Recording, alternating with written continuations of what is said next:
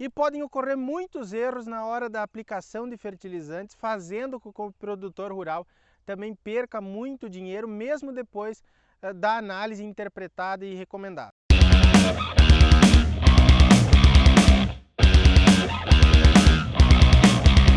Olá pessoal, Jonathan por aqui para mais um vídeo do canal AgroBrasil. Estou aqui num cenário um pouco diferente hoje.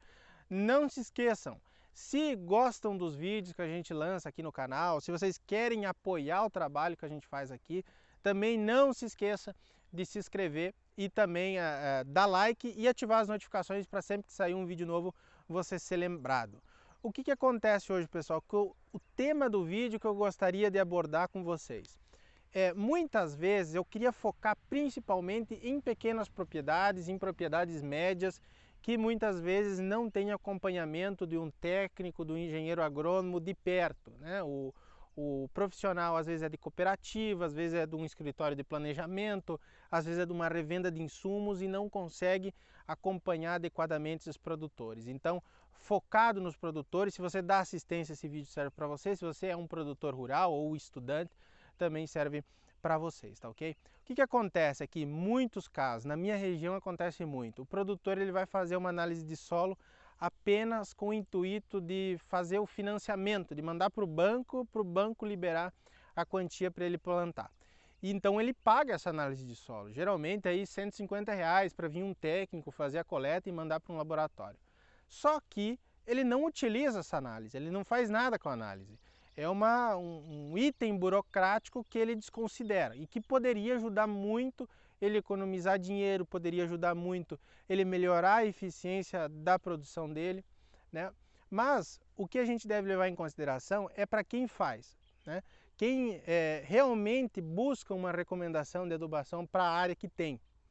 Então o que acontece? Muitas vezes a pessoa, o técnico que vai lá coletar o solo, separa a área em talhões, faz a coleta de uma maneira adequada, depois manda para o laboratório, depois volta os resultados, ele interpreta esses dados e com base na cultura que o produtor está trabalhando, seja milho, seja soja, ele vai fazer uma recomendação de adubação.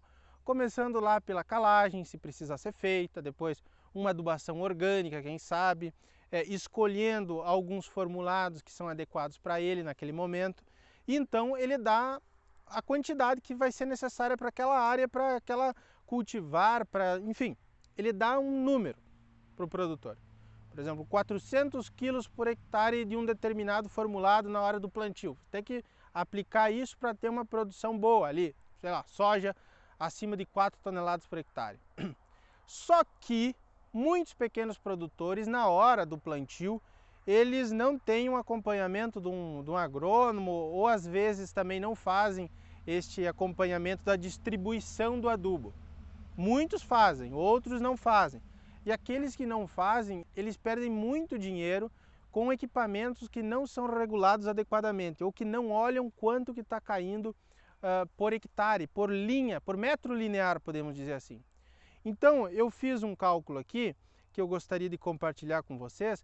Se você estiver trabalhando aqui com 400 quilos por hectare de um determinado formulado para soja com espaçamento de 0,45, você vai ter 22.222 metros lineares de soja. Tá? Para quem não sabe como fazer isso, é 10.000, que é em um hectare, dividido por 0,45, você vai ter o número de metros lineares, tá? Vai dar 22.222. Se você tiver recomendado para aplicar 400 quilos por hectare, dividido pela essa quantidade de metros lineares, vai dar 18 gramas por metro linear. Então, o produtor, ele deveria, ou o técnico que acompanha ele, ver no momento do plantio que esteja caindo 18 gramas por metro linear daquele formulado, tá certo? Então ele tem que garantir ali que todas as linhas estejam bem reguladas para estar caindo a mesma quantidade de adubo que foi recomendada. Porque se a análise de solo foi feita bem na área, a interpretação foi feita de uma maneira adequada, a escolha do formulado também, a quantidade também, tem tudo para ser o item de máxima eficiência, ter a máxima eficiência produtiva com aquela quantidade. Então ele tem lá 18 gramas por metro linear. Se ele tiver o equipamento desregulado e estiver caindo 21 gramas por metro linear, ele vai ter 66 quilos a mais por hectare. E se a gente colocar aqui em alqueires paulistas, ele vai ter 159 quilos a mais por alqueire, vezes 1,50, que é mais ou menos um preço de um formulado médio aí, vai dar R$ 239 por alqueire. Vezes um talhão de 10 alqueires, ele vai ter aí R$ 2.395 de prejuízo por 3 gramas que ele jogou a mais por metro. Então assim, e isso também pode servir para quem está trabalhando em sulco ou para quem está trabalhando em covas. Isso pode parecer pouco em metro linear, ou em cova, ou em sulco, 3, 4, 5, 6, 10 gramas. Só que quando a gente vai fechar uma área grande, isso vai fazer muita diferença. Isso vai dar uma diferença do produto muito grande.